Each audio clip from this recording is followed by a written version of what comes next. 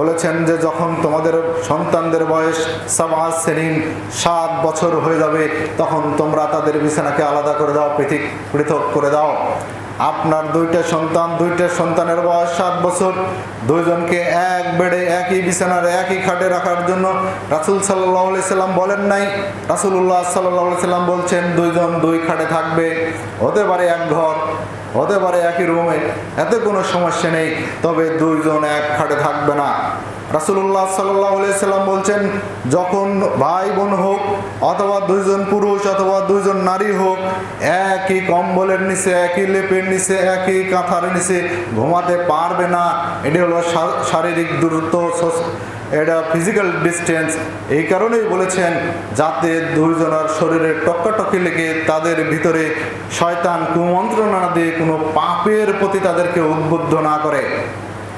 হাজারানে মুসল্লি, এমনকি রাসূলুল্লাহ সাল্লাল্লাহু আলাইহি সাল্লাম জেনা, ব্যভিচার, ফাহিশাকে যাতে সমাজের বুকে সংগঠিত হতে না পারে, এই কারণে রাসূলুল্লাহ সাল্লাল্লাহু আলাইহি সাল্লাম বলেছেন একজন মহিলা আর একজন মহিলার কোনো গায়ে হাত দিয়ে আলাপ ঠাট্টা করতে পারবে না, একজন মহিলা আর একজন মহিলার গায়ে টাচ করতে পারবে না।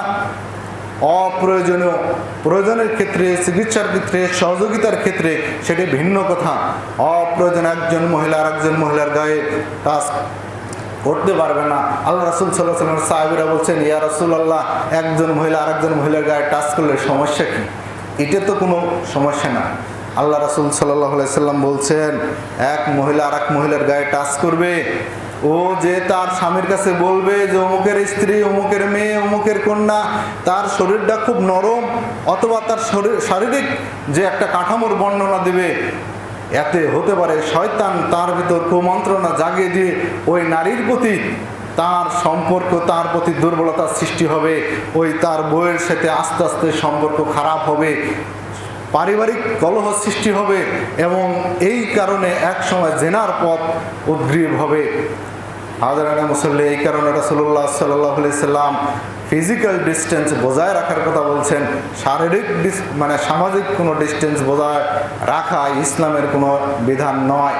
তবে সরকার যেটা বলেছেন এর বাইরে আমার বক্তব্য নয়, এটা মাথায় রাখতে হবে। আজকে